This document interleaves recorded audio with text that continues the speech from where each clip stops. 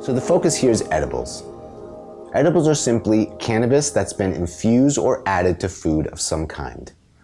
This could be brownies or cookies, candy, chocolate bars, almonds, or even pasta these days. The medicine's carried in fats or lipids in the food and then's broken down in your stomach and liver. And edibles in general can have a pretty long-lasting effect, sometimes as long as 4 to 8 hours, with an initial onset time of somewhere between 30 and 90 minutes. And the onset and effect will be determined partly by your diet and your metabolism.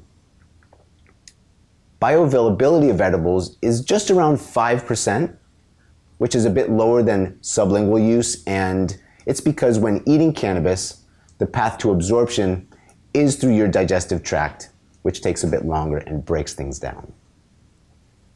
Edibles can be useful for some purposes, in some cases, potential sleep aid, or for certain types of chronic pain as well, for example.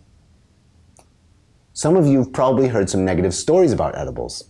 Perhaps you know someone that's ate too much of a brownie and really didn't have a pleasant experience.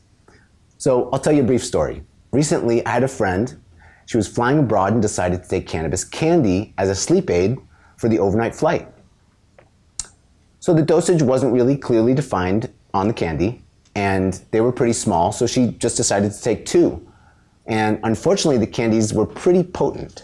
So instead of resting peacefully, she ended up feeling kind of buzzed, dizzy, and a little bit disoriented while she was on the plane. Needless to say, she was up most of the night, and it really didn't serve the purpose of getting a good night's rest. So this is probably kind of a mild example compared to some of the more excessive dosing stories out there.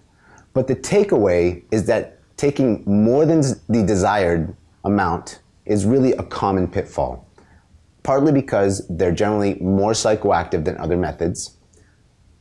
This is because it's hard to know how concentrated the product is, and the THC is actually converted into a stronger version of itself when it goes through a digestive tract.